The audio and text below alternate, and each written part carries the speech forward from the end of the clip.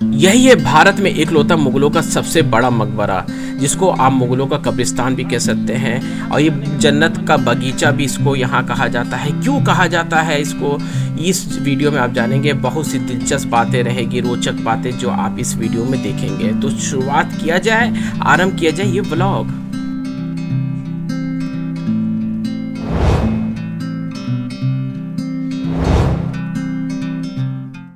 दोपहर का 3 बज रहा था और हम निकल पड़े थे अब ईसा खान के मकबरे से, दिल्ली के सबसे बेस्ट मोनूमेंट जिसको हुमायूं का मकबरा भी कहा जाता है। मैं रास्ता तक भूल गया था क्योंकि मैंने 5 साल बाद आ रहा था और यहाँ रिनोवेशन जैसे बताता हूँ हमेशा होता रहता है और हमेशा आपको ये और पहले से बेहतरीन ही लगेगा। जैसे आप सामने देख सकते हैं, अब हम लोग गेट के पास ही पहुँच रहे थे जो कि है बू हलीमा का गेट। बाएं तरफ बू हलीमा का मकबरा भी है। तो जैसा आप देख सकते हैं हम लोग अभी ईसा खान के मकबरे से आगे चल के दाएं तरफ चले। जब भी कोई मकबरे पे आप जाते हैं ना, अगर मुग़ल काल के मकबरे में जाएंगे तो आप देखेंगे ना, हर मुग़ल काल जितने भी रूलर्स रह चुके हैं उनका जो टॉम्ब रहता है उसके आगे गेट रहता है। जैसे आप ये देख सकते हैं सामने गेट है और यहाँ बहुत अच्छा खासा मौसम है, धूप निकली हुई तब भी मौसम अच्छा है। सफाई दफाई देखा जाए, सफाई the whole place is really clean. तो इसमें लोग यहाँ का जो मैनेजमेंट सिस्टम उसका बड़ा अच्छा रोल है कि उन लोगों ने इसको स्वच्छ रखा है, काफ़ी अच्छा है। हुमायूं के मकबरे में जाने के लिए आपको 2 दरवाजे से होकर जाना पड़ता है। जो पहला दरवाज़ा है ये जो आप देख सकते हैं, बू हलीमा का गेट इसको भी लोग कहते हैं, और इसी के बाएं तरफ बू हलीमा का टॉम्ब भी है। और यहाँ का बगीचा आप देख सकते हैं, ये बाहरी से इतना खूबसूरत लग रहा है तो आप अंदाज़ा लगा सकते हैं कि अंदर जाएंगे तो आपको कितना खूबसूरती यहाँ देखने को मिलेगी। ये सोचने वाली बात है। और इधर आप देख सकते हैं, इधर आसपास सब मोर वोर का एरिया है, मोर और बहुत से परिंदे वरिंदे इधर बोल रहे हैं। वाट अ मैग्निफिसेंट व्यू। जब हम आगे बढ़ रहे थे धीरे धीरे तो हमें अपनी पुरानी यादें तरोताज़ा होते हुए दिख रही थी। लास्ट टाइम जब आए थे तो मेरी मम्मी यहीं बैठी थी जगह, उस समय भी उनको चलने में दिक्कत हो रही थी। आज भी दिक्कत हुई लेकिन आज उनको दूसरी जगह बैठाना पड़ा। लास्ट टाइम उनकी तबीयत इतनी ठीक थी कि यहाँ तक आके बैठ जाती थी। जैसे आप यहाँ देख सकते हैं बहुत पेड़ लगे हुए हैं, आसपास पूरा हरियाली है, सुकून है। ओल्ड दिल्ली जैसी एकदम मच नहीं है यहाँ सुकून है, शांति। यहाँ मैं दोबारा आया हूँ लेकिन इस बार मैंने फिर भूल गया कि यहाँ राइट साइड अरब सराय है, जो कि बताया जाता है कि बेगम जो पहली क्वीन थी उनकी हुमायूं की, उन्होंने वहाँ अरब से लोगों को बुलाए थे मकबरा बनाने के लिए, तो उन लोग यहीं रहते थे दाएं तरफ। तो हम लोग इस समय हुमायूं मकबरा पे जा रहे हैं। तो इस समय हमें 2 भाई लोग मिले जिसको मैंने ईसा खान के मकबरे पर भी देखा था। तो इन लोग अपना टाइम यहाँ किल करना चाह रहे हैं। यहीं से हो कि बाहर से? नहीं, यहीं से, दिल्ली से। तो क्या यहीं बस रहना है? शाम तक रहोगे यहीं? शाम तक यहीं। ये 2 चेहरे जो आप देख रहे हैं ना, इसको मैं ईसा खान के मकबरे में भी देखा था। वहाँ भी इन लोगों ने मुझे हेल्प किया था, बताया था कि कैसे अंदर जाया जाता, क्योंकि वहाँ से 2 तरफ सीढ़ी है और मुझको सामने सीढ़ी नहीं दिख रही थी। फिर अब हम लोग यहाँ से आगे बढ़ रहे थे तो आप जैसे देख सकते हैं सामने से हल्का फुल्का व्यू दिखना शुरू हो गया था, जो कि कहते हैं रॉयल गेट। ये मकबरे के आसपास ना चिड़ियाँ इतनी चहकती हैं ना कि चिड़िया भी आपका मन मोह ही लेगी। जैसा आप ये देख सकते हैं, ये आगा खान ट्रस्ट फॉर कल्चर ने सर दोराबाजी टाटा ट्रस्ट के सहयोग और भारतीय पुरातत्व सर्वेक्षण की भागीदारी से वर्ष 2007-2013 के दौरान हुमायूं के मकबरे और उससे जुड़े स्मारकों को संरक्षण किया गया है। रॉयल गेट के बाहर आपको ये 3 पत्थरों पर चीज़ें भी देखने को मिलेगी जो आप पढ़ सकते हैं। वैसे कहा जाए रॉयल गेट कॉम्प्लेक्स का सबसे इम्पॉर्टेंट गेटवे है जो कि विजिटर्स तक पहुंचाता है। ये गेटवे इतना ऊंचा और शानदार है कि इसके ऊपर से साइड्स के कुछ रूम भी हैं। वेस्ट गेट का नाम रॉयल गेट भी पड़ा है क्योंकि ये मुग़ल शासकों का मेन एंट्री पॉइंट था जब वो टॉम को विजिट करते थे। ये गेट उनकी इज्जत और अथॉरिटी को दिखाता है। जैसे आप देख सकते कितना खूबसूरत देखने में लग रहा था। वेस्ट गेट का डिज़ाइन भी पर्शियन और इंडियन स्टाइल का मिश्रण है। तो हम लोग जस्ट अभी सामने आप देख सकते हैं, जैसे ही हम लोग दरवाज़ा की गेटवे से गुजर रहे हैं तो सामने आप देख सकते हैं मैग्निफिसेंट मैजेस्टिक व्यू ऑफ, क्योंकि इसकी खूबसूरती आपका मन ऐसे मोह लेगी ना कि आप जब भी आओगे तो आपको लगेगा आप पहली ही बार आ रहे हो, चाहे जितनी बार भी आओ। ऐसा मुझको यहाँ लग रहा था। यहाँ की खूबसूरती की मिसाल अपने में ही अलग है, इसको बयान करने के लिए शब्द थोड़ा कम पड़ सकते हैं। वैसे तो दिल्ली में बहुत से प्लेस है घूमने के लिए, लेकिन जब बेस्ट मोनूमेंट की बात की जाती है तो कंपटीशन में हुमायूं का टॉम्ब सबसे टॉप में आ जाता है, क्योंकि इसका इतिहास भी इतना भरपूर है। उसके साथ दिल्ली का ये सबसे क्लीनेस्ट मोनूमेंट भी कहलाता है। यहाँ सफाई के मामले में नंबर 1 है ये। इसका आर्किटेक्चरल डिज़ाइन मुगलों टॉम का सबसे बेहतरीन डिज़ाइन में से है। अब हम लोग हुमायूं टॉम्स के जस्ट नियर बाय हैं और जैसे मैं देख सकता हूँ, बता सकता हूँ, मेरा कैमरा चूँकि गोप्रो में इस्तेमाल कर रहा हूँ और ये अल्ट्रा वाइड एंगल है, इस वजह से ना जितना नज़दीक हुमायूं का मकबरा है लग नहीं रहा है कैमरे में उतना नज़दीक है, क्योंकि ये मेरा कैमरा काफ़ी दूर तक डिटेल्स को कैप्चर कर ले रहा है, इसीलिए चीज़ें बहुत दूर लग रही हैं। जितना आपको छोटा लग रहा होगा ना, मेरे आँख के सामने से जैसा मैं देख रहा हूँ, it is really mighty, it is huge, काफ़ी बड़ा है। हालांकि हुमायूं भारत के दूसरे सम्राट थे, लेकिन उनका मकबरा भारत के मकबरों में मुग़लों का सबसे बड़ा मकबरा बनाया गया था, जो कि उनके पिता बाबर का जो अफ़गानिस्तान में है उससे भी बड़ा बनाया गया था, लेकिन उन्हीं की बेस पे बनाया गया था। उनके मकबरे में भी गार्डन लगवाया गया था, इसमें भी लगवाया गया, लेकिन काफ़ी बड़ा है। वास्तव में भारत का पहला उद्यान में से है मकबरा 7 मीटर की मंच पर बनाया गया है। इसकी चौड़ाई 91 मीटर और ऊंचाई 47 मीटर है, जो इसको भारत का सबसे बड़ा मकबरा बनाती है। खूबसूरती की बात करें तो इसको दिल्ली का ताजमहल कहना सही में कहीं गलत नहीं होगा, क्योंकि मकबरा जन्नत जैसा एहसास दिलाता है, जिसके आगे पीछे दाएं बाएं चारों तरफ नदी नुमा नहरें बह रही हैं और साथ में 4 बाग जैसा हरा बगीचा है, जो कि कुरान में भी जन्नत का जो जिक्र होता है वो कुछ इसी तरह है। शायद बेगा बेगम थी, अपने पति को जन्नत का एहसास दिलाना चाहती थी जन्नत में जाने से पहले ही, क्योंकि इस्लाम धर्म में है कि इंसान की रूह रिसरेक्शन डे यानी क़यामत के दिन तक अपने कब्र में ही रहती है। शायद इसी वजह से बेगम ने इसको इतना बेहतरीन बनवाया ताकि हुमायूं की रूह को जन्नत जैसा सुकून मिले। ये 27 एकड़ में बना हुआ है, जो लगभग 60 एकड़ के मैदान में फैला हुआ है, और इसको निज़ामुद्दीन एरिया में बनवाने की वजह है भी ख़ास है। ये बाबा निज़ामुद्दीन के दरगाह के पास बनवाया गया है, क्योंकि मुग़ल और स्पेशली हुमायूं बाबा को बहुत मानते था, और ये इसीलिए क्योंकि मानते थे, इसीलिए सूफ़ी औलिया के नज़दीक उन लोग रहते थे, ताकि उनकी रूह को बाद में सुकून मिल सके बाबा की दरगाहों के बगल में रहने से। यहाँ के बगीचे में करीब 100 तरह के पेड़ पौधे लगे हुए हैं। बाद में अंग्रेज़ जब आए तो उन्होंने इस बगीचे को इंग्लिश गार्डन में तब्दील कर दिया। तो अब आपको जो गार्डन अभी फ़िलहाल दिखेगा वो थोड़ा इंग्लिश टाइप का गार्डन है। पुराना गार्डन अभी समय दिखता नहीं है उस टाइप का जैसे पहले था।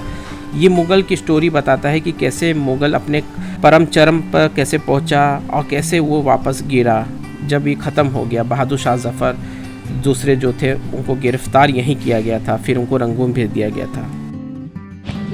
काफ़ी स्टीपी यहाँ की स्टेयर है, जैसे आप देख सकते हैं पुराने ज़माने में लोग काफ़ी ज़्यादा लंबे होते होंगे। जिस तरीके से यहाँ की सीढ़ी है, काफ़ी प्रयत्न करना पड़ रहा आपको चढ़ने में। ये आप देख सकते हैं सामने का view. As soon we come up, we see the magnificent, marvelous architecture mausoleum of Humayun. ये आप देख सकते हैं पीछे हुमायूं का मकबरा। दिल्ली की भीड़ भाड़ वाले एरिया से निकल के हट के आपको अगर दिल्ली में सुकून चाहिए तो Humayun Tom is one of the most peaceful place in entire Delhi. Whenever you gonna be here ना, you would like to spend much more time. How much you gonna spend here, you would like to spend more time over here.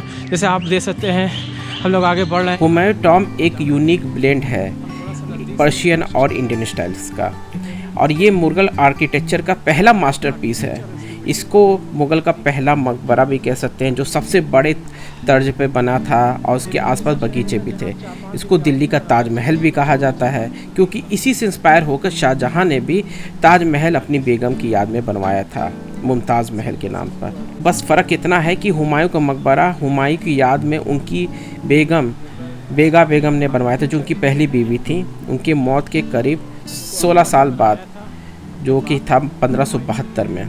इसको बनवाने में करीब 7 साल का समय लगा था, जिसके लिए उन्होंने Persian architect Mirach Mirza Geass और उनके बेटे सैयद मोहम्मद को भारत बुलवाया था हेरात से मकबरे की डिज़ाइन बनवाने के लिए। ये यूनेस्को की वर्ल्ड हेरिटेज साइट में भी है 7वें नंबर पर, जो कि 1993 में ऐड हुआ।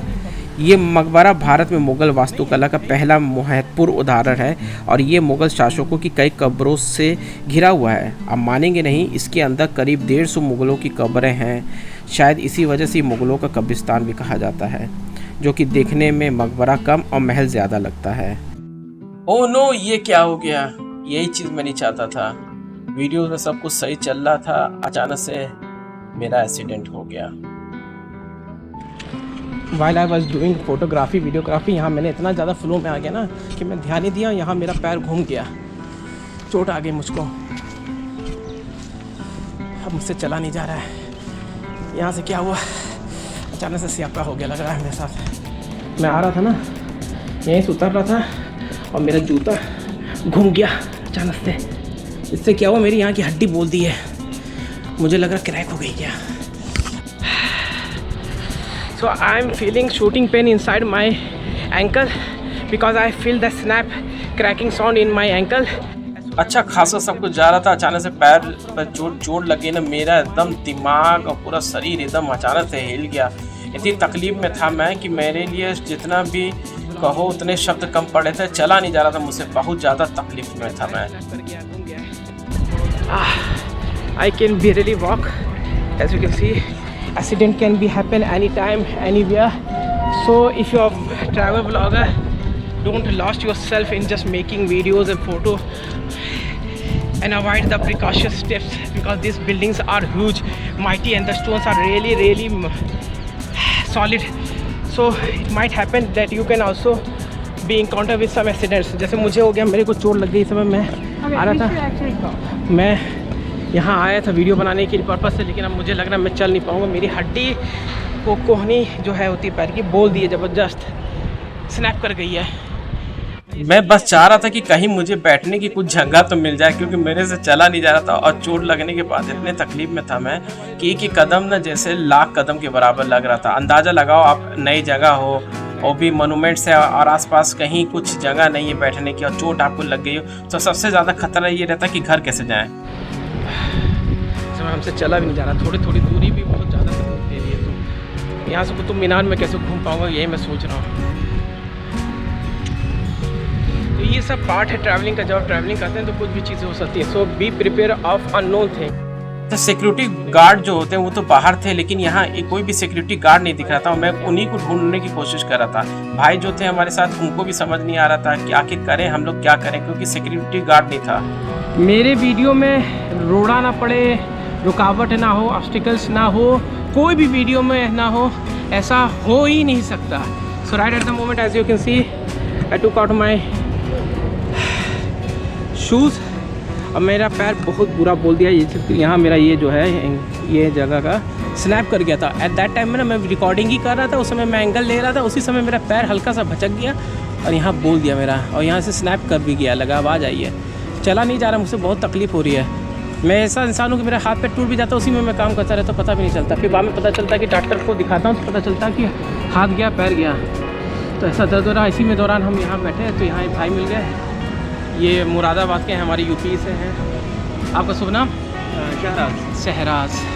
तो आप यहाँ काम करते हैं कि कुछ पर्पज़ से यहाँ आए हैं ऐसे घूमने के लिए कि? अच्छा, घूमने के लिए। अब मुझे लग रहा है मुझे जाना था, एक्चुअली मेरा प्लान था कुतुब मीनार जाने का दोस्तों, लेकिन जिस तरह का मेरा बैंक की इस समय कंडीशन है, I don't think so that I will even able to walk 1 kilometre. बहुत बुरा पैर बोल दिया है, यहाँ दर्द हो रहा है, यहाँ खुल गया क्या? देखिए सोच देखिए खुल गया क्या? ये शॉक से मुक्ति। हाँ, इस पर स्वेलिंग हो रहा है। स्वेलिंग हो रही है? बोल गया क्या हड्डी? अगर हड्डी बोलती तो आप ऐसे नहीं बैठे। मैं ठीक, मेरा है सुन बात, तो मैंने बहुत बर्दाश्त करने वाला बंदा हूँ। अच्छा, मेरा ये बार एंकल यहीं से टूट भी गया पहले ना, कराना होता है।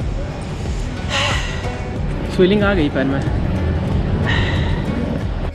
इस समय मुझे इतने चलने में तकलीफ हो रही है ना कि मैं बता नहीं सकता। अब उस पर से सीढ़ी भी हमको चढ़नी है, सीढ़ी हम कैसे क्रॉस करेंगे वही हम सोच रहे हैं। जैसे आप देख सकते हैं ये वर्ल्ड हेरिटेज साइट है, हुमायूं का मकबरा इतना बड़ा है, तो यहाँ चीज़ें किसी के साथ भी कुछ हो सकती है। मैं ये नहीं कहता हूँ कि किसी के साथ हो, लेकिन एक्सीडेंट हो सकता है क्योंकि बिल्डिंग बहुत बड़ी है।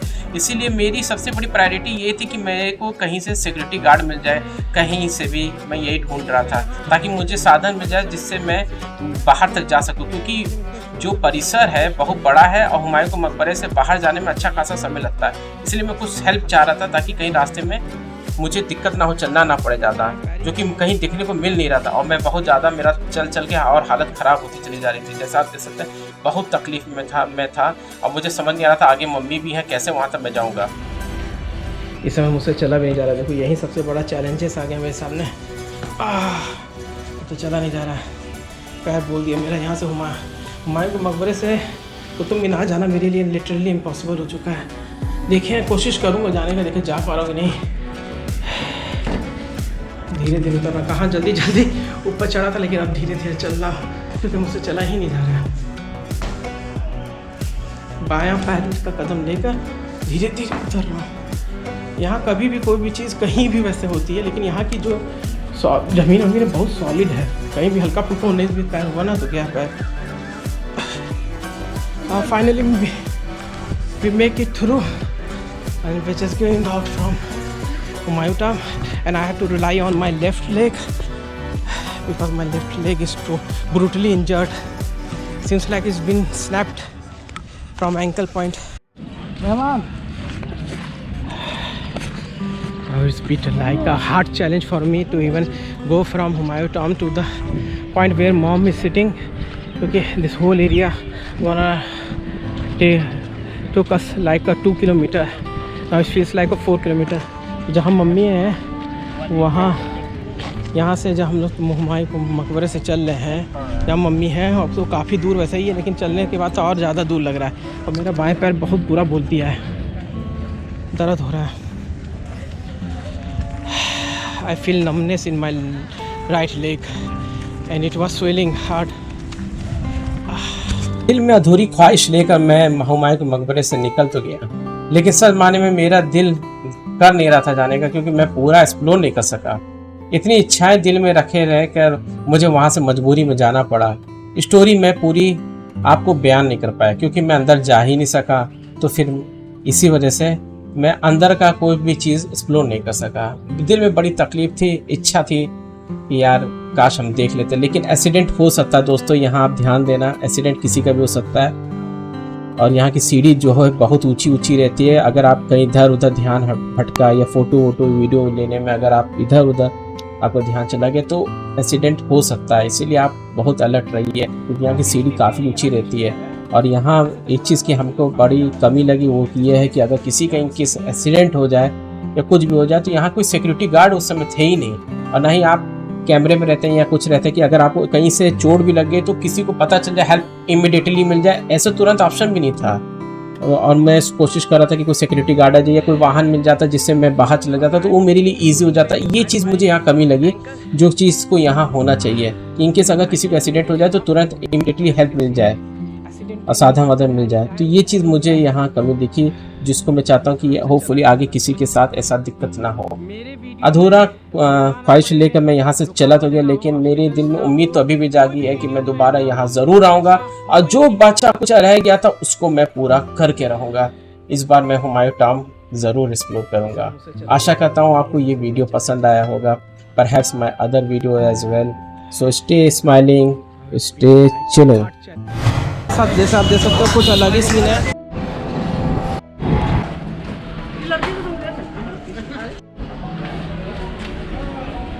पहुंच चुके हैं कलीमुल्लाह शाह दरगाह। तो जैसे आप देख सकते हो ये हम दरगाह के अंदर घुस रहे हैं इस समय।